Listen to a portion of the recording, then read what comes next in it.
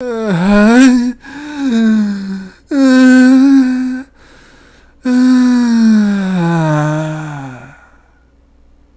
everyone, Mark Sharp here.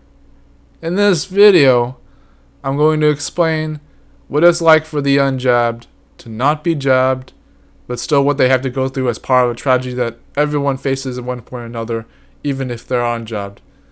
As well as what it's like for the jab to go through things of their own because of the jab, and what their time limit would be in terms of whether or not they get more jobs, or even if they manage to abstain and prevent coercion of future jobs. So, the unjabbed. Yes, they are indeed true Chad unjabbed. That is to say that even some of them who had to literally put no effort into avoiding the job, they still have things to go through. And the people who avoid the coercion of the jobs, they still have that stressing them out to begin with. But avoiding the job in general isn't the only bad thing that happens, or the bad thing that is prevented from happening as a bad thing in itself. There are things that people go through that unmistakably make their lives really pointless or even really disturbing, depending on how they go about them and their attitudes. But for the sake of the job, you have to make sure that this is not something that they just do just because there's an inoculation that they have to survive that they didn't get yet, and they gosh that they didn't, but making sure that their lives are still suitable to this day. So that is indeed what they have to go through. They have either a tragedy like a lost pet, or have to deal with BS normie boomer parents, or they have to have something going on that just happens to be there while they are dealing with or without the inoculation being a thing in their life. That's at least the unjabbed. I mean the the unchad. The Chad unjabbed. There be it. But what about the actual jabbed? Well, you have people like me who have indeed been triple jabbed, as in aka the double vaccination and booster, which is of course all three jobs.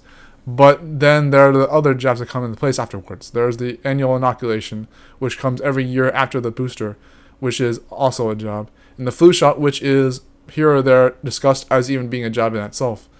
And having to follow the quad job would be other annual jobs for the inoculation to come through. This is actually pretty bad news, because if you were going to get jabbed even in the first place, you were already in danger of dying to begin with. But to have the jab this many times in a series of years that you don't even know how to get the information from the CDC or the actual other lineups for how this works, you can't be certain how this will serve in your favor, even if you weren't someone who believed in this being as dangerous as it is. You wouldn't know how to prove it. And usually people who, in essential essence, haven't been able to prove it. Not even the people who are against this, like me. But actually knowing that it's bad is all you really need to know, because that's all you need to go off of to protect yourself. If even just protecting your, without having to infringe your own rights being stolen from you isn't bad enough, then at least trust that you can at least do something for yourself that includes not having to say yes to every single thing that is invited to you or even coerced in your direction. That is not mistakenly including a job, but it does include it. So, with that logic instead, I invite you to understand that both people who are jabbed and unjabbed have things to go through. They may not have to keep doing this forever for everyone to be dealt with, to be coerced into, whether or not it actually happens to work in their favor, as in not having to get jabbed. You never know what that will happen to be, but even then people still go through things that are terrible, and we have to make sure that we take care of each other the best that we can, even if our time is limited. Thank you guys so much, and I'll see you in the next video.